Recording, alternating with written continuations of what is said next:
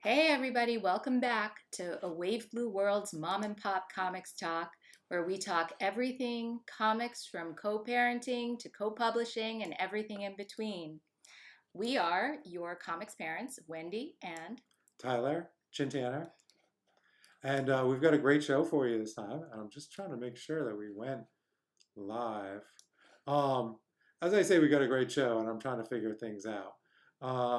I'm not seeing anything on YouTube. If there's anyone out there on YouTube, you can let me know if that's happening. I can check if we're live. Yeah, I'm not seeing it, but maybe I have to refresh. Hold on. Yep. We're live. There we go. We're live, and I'm We're just looking good. at myself talking here. All right. Now introduce our guests.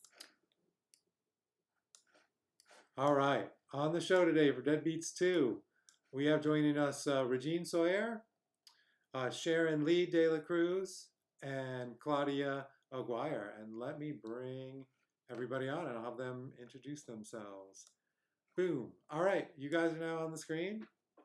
And thank you so much for joining us. Thank you for joining. Yeah. So why don't we go around and I'll let you guys do the official introductions. Regine, do you want to start since you're at the top of the screen? Yeah, sure. Hi, I'm Regine Sawyer. I am a writer, publisher. My company is AWBW Productions. I've been writing comics for about 15 years now, I think. I'm also the coordinator and founder of the Women in Comics Collective International, WINC for short. We host professional and educational events across the country for both professionals and aspiring professionals in the comic book industry. Great. Sharon, did you want to go? Yeah, hi everyone. I'm Sharon de la Cruz, artist, illustrator, writer, if I dare say, and a maker. Great. Awesome. And Claudia, I guess that's up to you now. Hi everyone, I'm Claudia Aguirre. I am from Mexico and I'm a comic book artist, a little bit of a writer too. And it's really hot today, so hello. Wow. Yeah, great. Well, let's begin talking about Deadbeats 2, the sequel to our first, Ringo Award nominated anthology, Deadbeats. Out of the three of you, we have one returning guest. Regine, you're on both, and we have two new artists joining us. So I'm actually going to begin with the non-returning creators here. Why don't you tell us about what you knew about Deadbeats before coming on to the sequel? Had you heard about the first one? What were your impressions when you were told about the sequel? I guess I could start. Yeah, great. So I definitely I didn't know about Deadbeats, but I know Regine. Mm-hmm. So I was like, and she DM'd me to see if I was interested, and I was like, this has been a collaboration I've been waiting for. So like, hell yeah, what is it?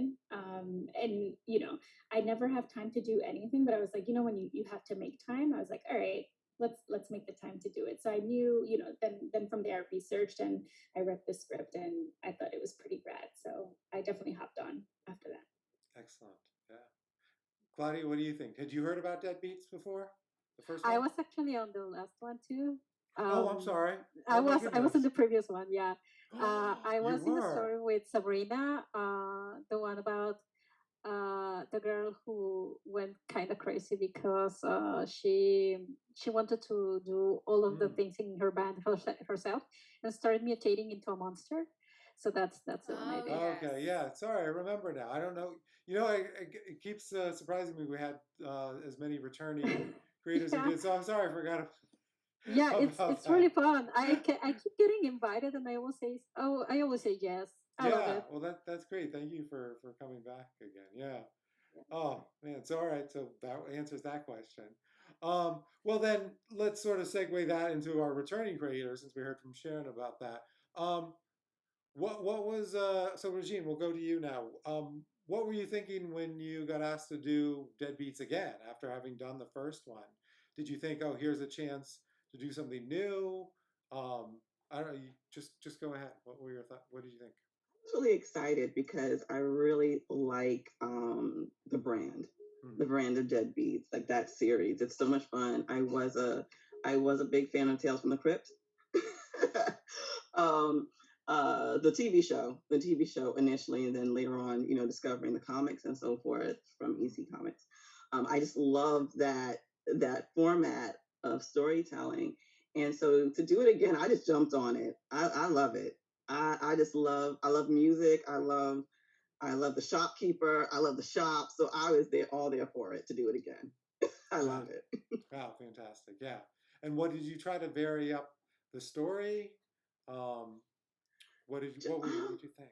Like, well, the first story that I did for the first volume, that was a soul eating pole dancer, and I love that story so that great. was Me fantastic. Right. I sort of wanted to not just go along that vein, but sort of kind of with this new story, with a yoga instructor.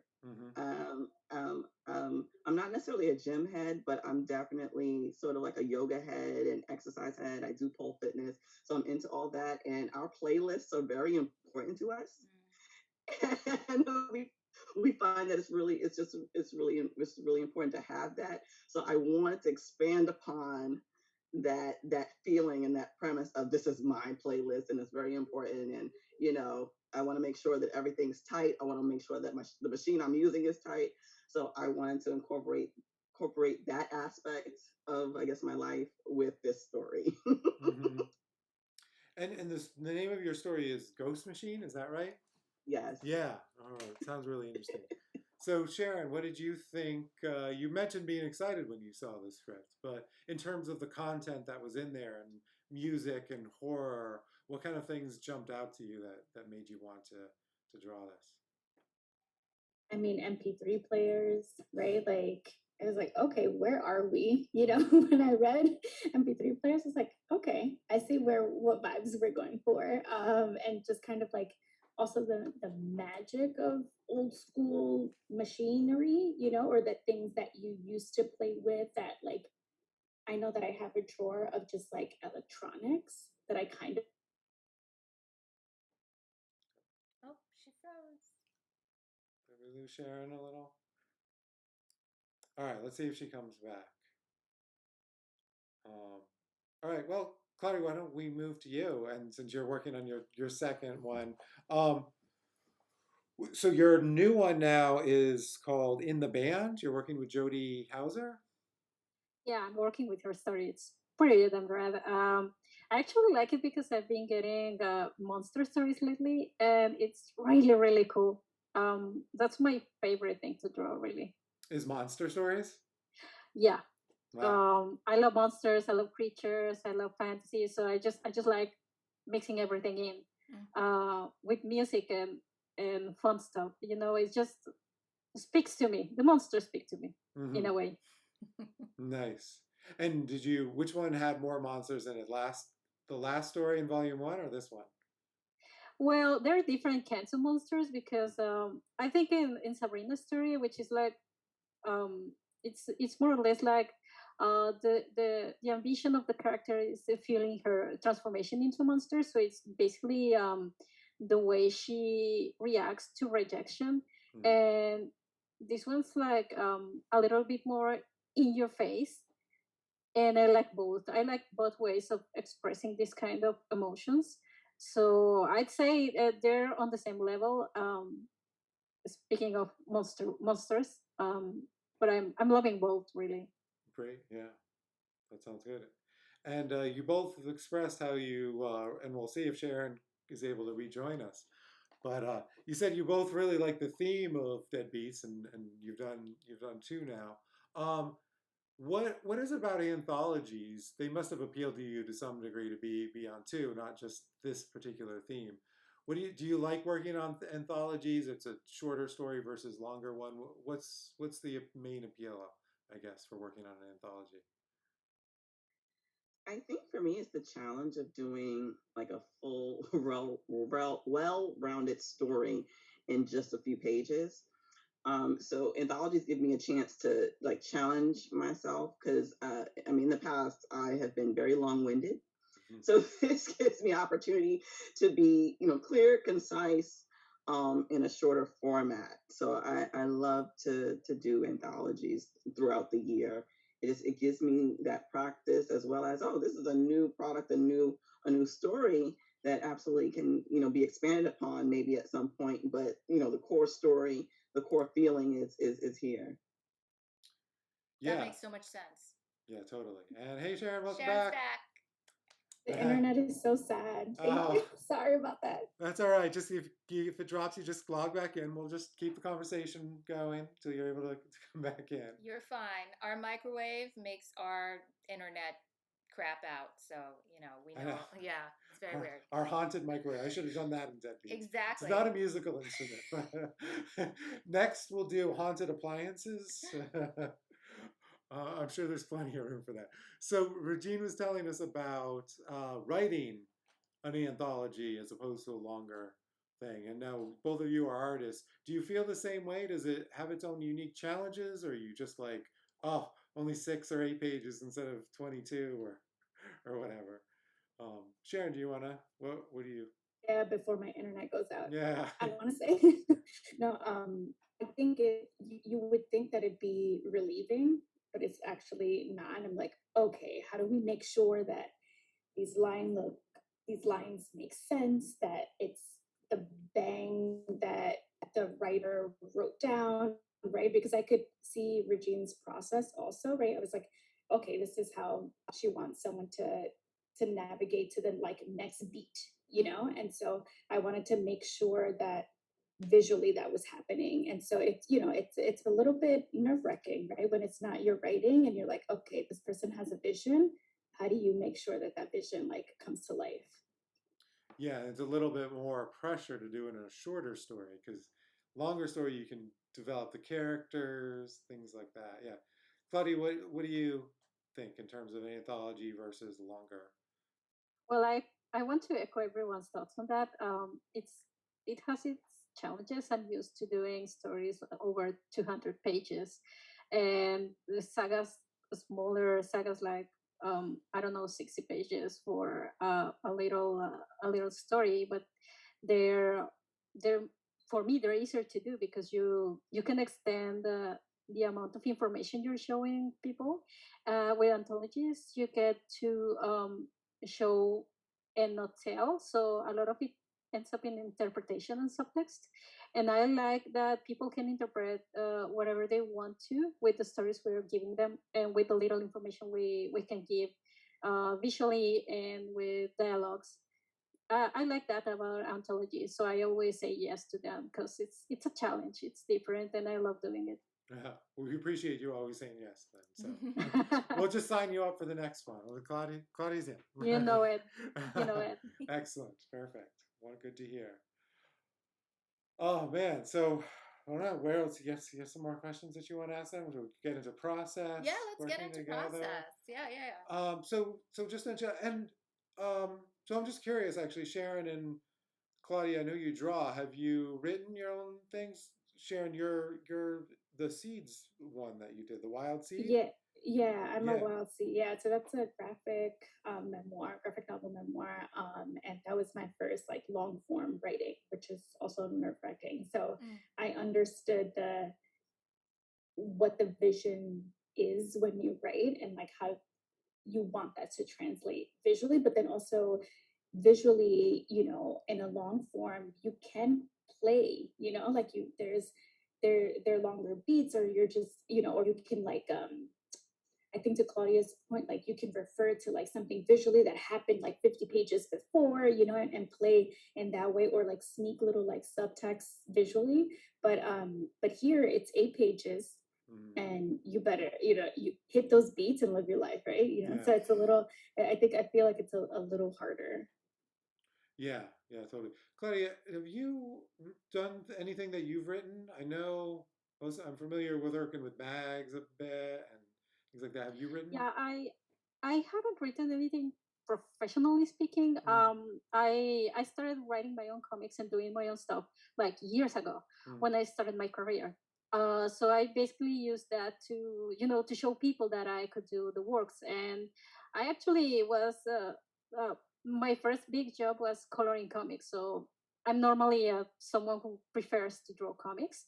I can do everything. I can write. I can color. I can do anything. I just haven't had the chance to actually, write. But I have like 3 different comics I self-published that I wrote.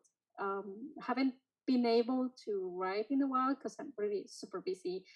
Writing for me is much more difficult than drawing. Comes much more naturally to me, but I'm still like busy because it's time consuming. So it's something I've been working on doing on personal projects. I really want to start this year, but I don't have anything to show for it yet. Right. Well, it'll come. I mean, drawing a comic is in its own way a form of storytelling. So then you just, yeah, of course, you develop those skills, and it'll be easier for you to make the jump to writing your own after, the practice. Whereas with writers, the experience of drawing comics is like it's helped me a lot with my storytelling in writing, because it helps with pacing, especially. Yeah. But yeah. Yeah, that's great. And what I was going to say, with writers, you kind of have to take a different approach when you're writing something that you want artists to draw. Regine, do you want to tell us a little bit about how you usually go about preparing a script for an artist, whether it's an anthology or a longer? My mother was a painter, and I'd like to think that I inherited her artistic eye, because as I'm coming up with a story, I'm visualizing everything.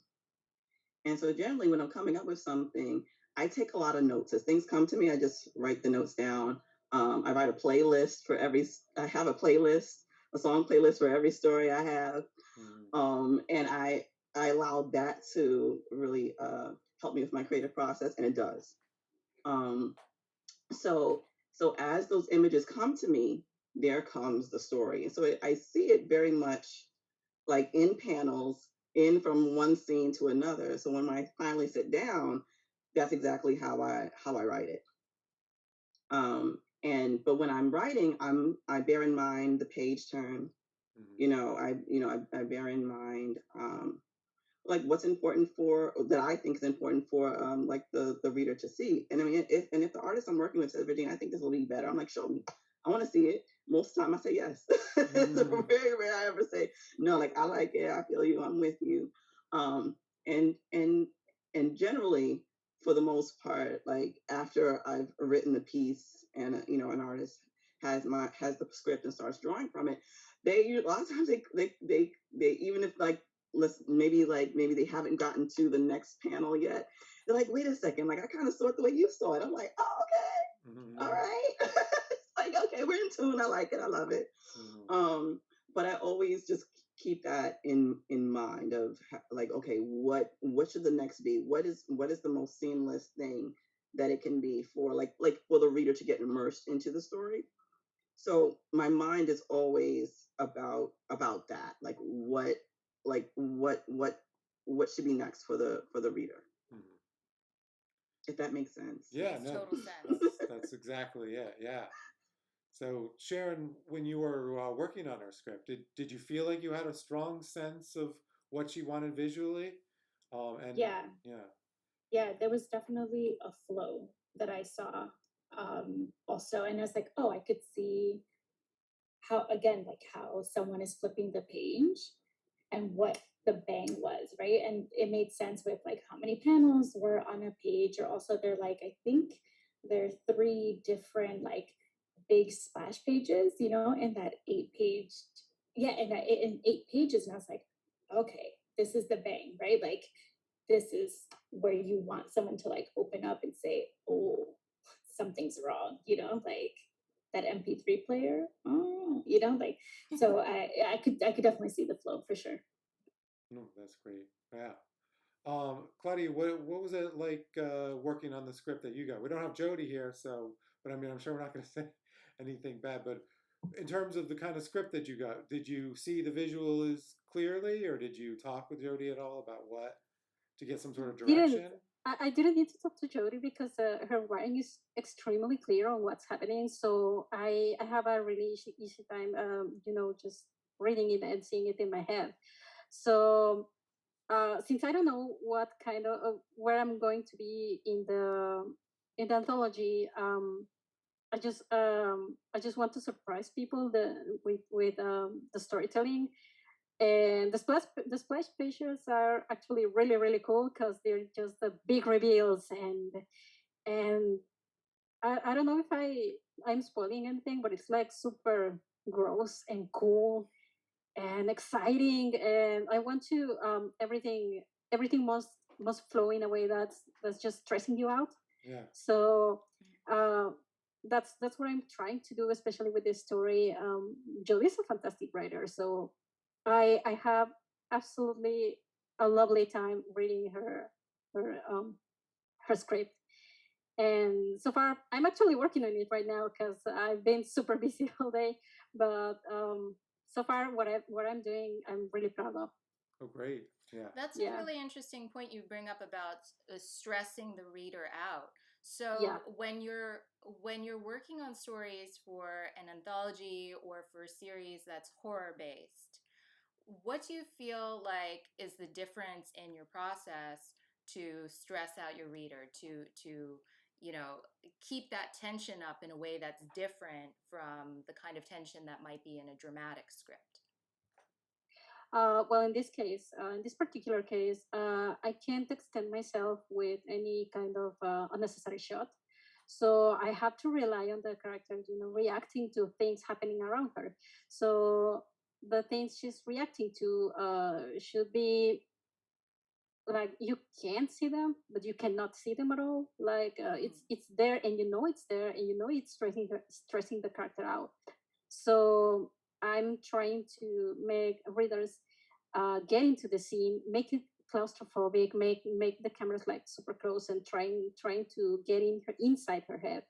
And when the big reveals happen, you're like, oh wow, I did not expect that, or that is gross, that is amazing. It's I'm trying to make justice to the script because it's really really good. You read it in prose and you're like, oh yeah, this is it.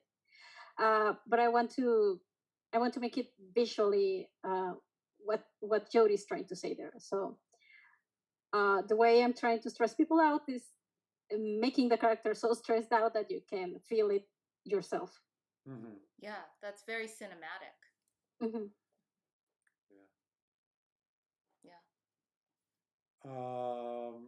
Well, then let's hear from you guys about this whole horror process. Either Regine or Sharon, anything that you did particularly to really amplify the horror elements or the pacing?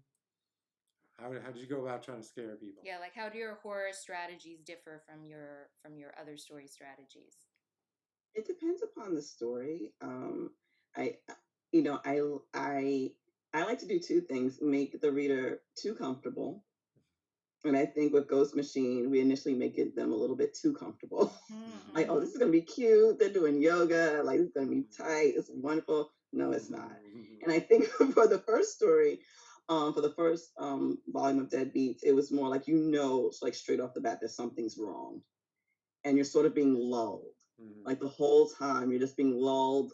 Just like if anyone read the first story, like all the audience members are being lulled into this fabulous thing, and then before you know it, at the end, it's a big reveal, and everybody's high key upset.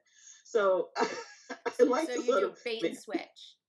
Yeah, I like to do a bait and switch. So I think that like straight off the bat, the first story that I did, Gold Dust Woman, that was like something's wrong, but you feel kind of having fun, but something's wrong. The second story, Ghost Machine, is very much like, okay, this is chill, a girl in London doing yoga, this is fabulous, and then bam. So yeah, a bait and switch in two different ways.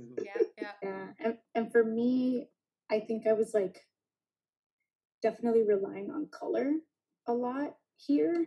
I think that was the most exciting part too. Is I like to use color, and so when I was told that I would be, responsible for the color too, I was like perfect because I think in color as well. So I was trying to like not only the flow of panels and like the actual like line drawing, but also like how colors show up on the page. And I think that was pretty important for this. For sure, that makes total sense. I mean, color theory is such a big part of psychology. You know, like you can make someone uncomfortable in a restaurant, for example, just, based on the colors. Like McDonald's did all this research on color theory and they made everything yellow because it stresses people out. So it gets them out quicker, faster turnover. So,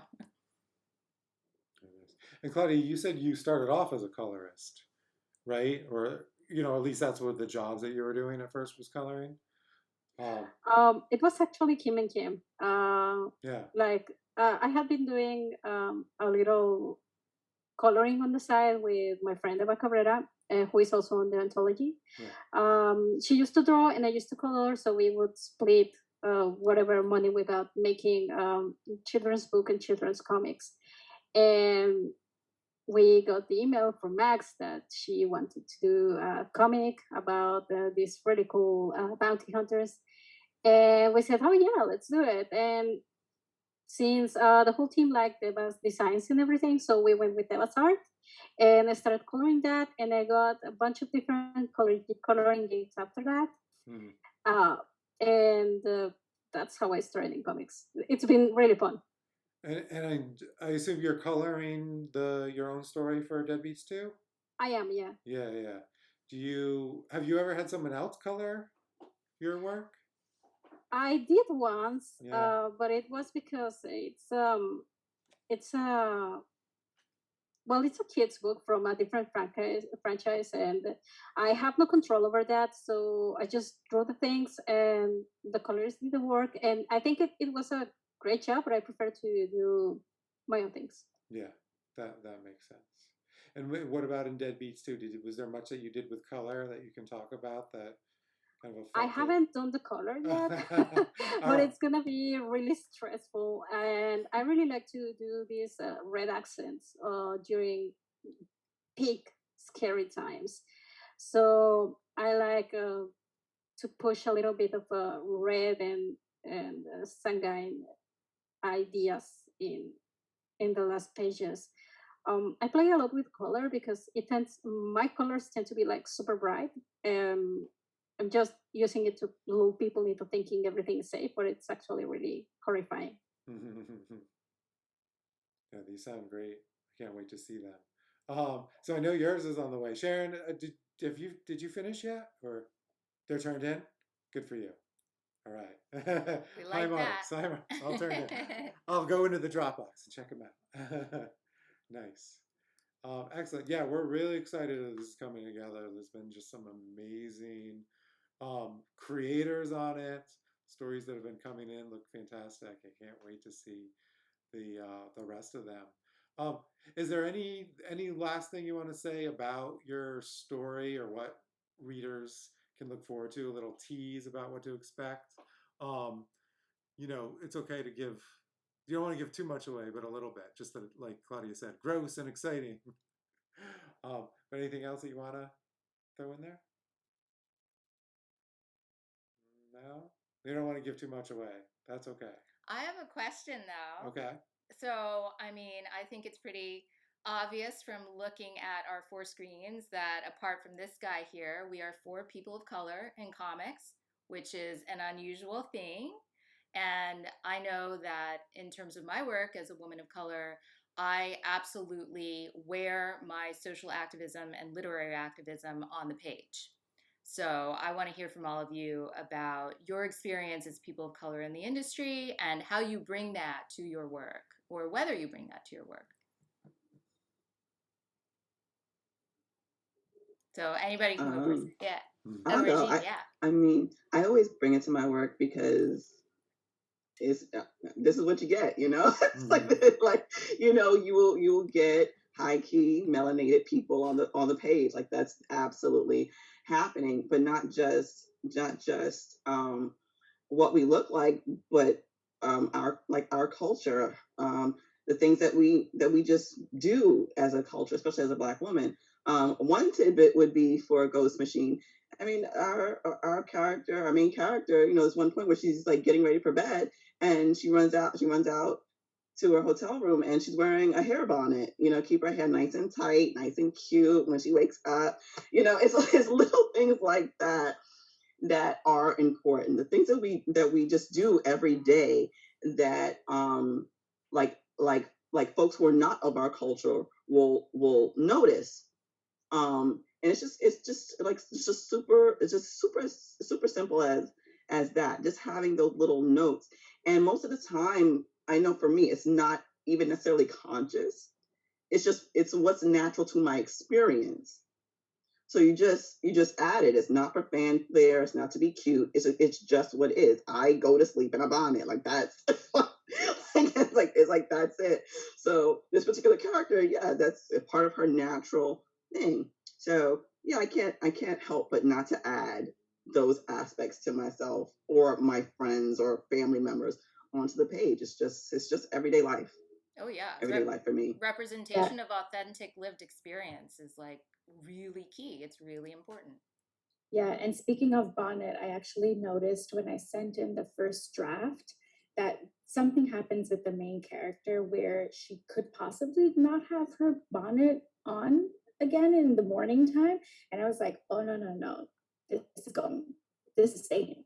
So I had to, because I had drawn her woken up, but with her like with no bonnet. And I was like, oh no, that's not like, even if you're like abducted by like aliens, you know, like your bonnet will stay, you know, like this is it. So I made sure I like went back and I like redrew the bonnet. I was like, no, we need as much shine for this particular gem as possible. I want to see that, like, women of color abducted by aliens in all of their, you know, lived experience. I want to see that story. Yeah, even if you're snatched, literally, your bonnet will stay on the head. And also, I also wanted to note that this is my first time drawing for a horror comic, so that was pretty fun. Yeah, so that was pretty exciting. And I thought of the same kind of like Tales from the Crypt. Also, you know, like what for me, what Lovecraft Country did for me, you know, for the pandemic. I was like, oh man, hell yeah! Like what horror can do for those like stories that we've known and grown up with, right? Like this, like Jim Crow South is not anything new, but like what horror can bring to that experience and can kind of just like, I guess like what's the word? I guess like not just like retell that experience because of the importance, right? And we have to like make sure that we understand history, but like the importance of understanding that history, like and what horror can do. Yeah, and what horror can bring to reprocessing that experience, I think is really important. I feel like some people found Lovecraft Country like very cathartic, and then some other people found it to be too much. So that's interesting that you're one of the like. Did you feel that it was cathartic? I mean, I don't know if this probably unpopular opinion, but I'm like, I think it was both. Can it be both, right? You know, like I was like, I think it was like over the top. There were just some episodes where I was like, well, what the hell did I just watch? Okay. I feel like that all the time. Right. But then also I immediately wanted to watch the next episode. It wasn't a turn off, basically, is what I'm saying, right? Like it kept me in, but also it told this story that I had heard in a way that just made me understand it deeper. Yeah. Right. And so I think it did both well. I totally identify with that, actually. I feel like I had a similar experience with Warrior, you know, where it was like it was so violent and it was so hard to watch, but I also felt compelled to keep watching, and there was something about it that was like, yes, this needs to be shown. So I totally get what you're saying. Yeah. Claudia, do you want to speak a little bit to your experience? Well, my experience has been wildly different to everyone's, mainly because my whole life has been like completely different, and my my view of the world is kind of askew in the sense of I didn't feel there was a place for me anywhere until I started doing comics, and then suddenly, I'm gonna say magically, everything started falling together. Um, for me, it's been extremely positive, and I've had the fortune of being with people that appreciate and understand where I come from, and they always want me to feel represented in my own stories. So, which is why Max, for example, we've done a bunch of comics together, and our protagonists are usually like Mexican queer women, um, because she wants to. It's not like she's leading me by the hand or anything, but she wants me to be on the page. The way she wants to be on the page too, like she's giving me the chance. And with my other collaborations, with, like, for example, with Terry Blas, who is Mexican American, he's always putting queer women and queer Mexican women. And of course, my favorite genre of anything ever is like Mexican abuelita saving the world. That's like exactly what he's bringing to the table, and I feel like I'm finally part of something. And this little family I've made in comics is like the most wonderful thing that's ever happened to me, because I feel like I belong in this really weird community. I've loved it so far. That's awesome. Yeah, that sounds great. All right. Anything that you wanted to else, I don't think so. I mean, I asked my question. Awesome. That was great. Yeah. Thank you for coming. That was probably the best little round conversation that we had. Good stuff. Um, cool. Well, I mean, we're pretty much at 40 minutes, and I think that's pretty good. I do want to leave off. Obviously, we want everybody to go back Deadbeats, which is on Kickstarter now, That's right. and read these amazing stories because they're fantastic, and this whole anthology is going to be really good. So these creators need to get paid. yes. So let's get that campaign over the top and get Deadbeats out to you in the fall. But anything else other than Deadbeats that you want to mention that these, anybody watching can go find your work or something that's upcoming? I'll leave it to you. Let's go in a circle. Shall we start with Regine and go counterclockwise?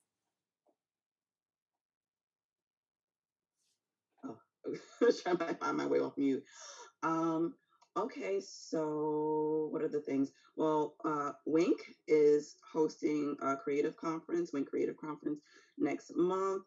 The conference is to sort of galvanize aspiring professionals and veteran professionals in the industry. It's about talking about where do we want to go from here, especially after the pandemic. What are our needs? What are we looking for? What do we need from the industry? So that'll be next month, July 22nd at 12 p.m. It's virtual. So feel free to go to the website, www.womenincomicscollective.org. We're also launching our new magazine, Wink Magazine, this month, June 20th, which was an awesome labor of love, and we can't wait for y'all to see it. So yeah, just check it out on our website. And I have projects and stuff, but I can't even talk about them, y'all. But I will soon. Right. Thank you. Claudia? Oh, well, I don't have anything to plug right now because everything's under secret, and everything's gonna be up until maybe October. So if you want to follow me, you can follow me at Claudia Aguirre with only one A, and it's the same for Twitter and Instagram. So you can follow me, and I don't post much, but I'm gonna post my cat today. So there's cats. Join for the cat. All right. Sharon? Yeah, and you can find my work at sharonleedelacruz.com, and I'm at Sharon Lee De La Cruz on Instagram. And you can also buy I'm a Wild Seed. It is out now. Highly recommend it. I went to buy it at Mega Brain Comics and it was sold out already. So they're going to get another copy. So it's sold. What they had was sold, and they're ordering more. That's good news. Yeah. I really want to check it out. And also bookshop.org, because they support independent bookstores, so you can get it there too. Yes, yeah, definitely. Yeah, that was our local store. Yeah, and I'm really excited to see some more of your work and what all of you guys have coming up in the future, and for your Deadbeat story. Thank you so much for for joining us. We're gonna do a little outro. If you want to stick around on our backing, we'll do a sign off that way too. But let me switch scenes and we'll say goodbye to our viewers. Oops, sorry, there we are. Okay, well that's been episode 5, Deadbeats 2. Thank you so much for our guests for being on. In 2 weeks, we'll be on again with more Deadbeats as the campaign will still be going on. But no reason to wait. Feel free to go back the campaign, Deadbeats 2 on Kickstarter. The link is in the comments. And we'll see you in a couple weeks. Now, don't forget to tune in next time to Mom and Pop Comics Talk. And in the meantime, wash your hands, brush your teeth, and read your comics. Bye.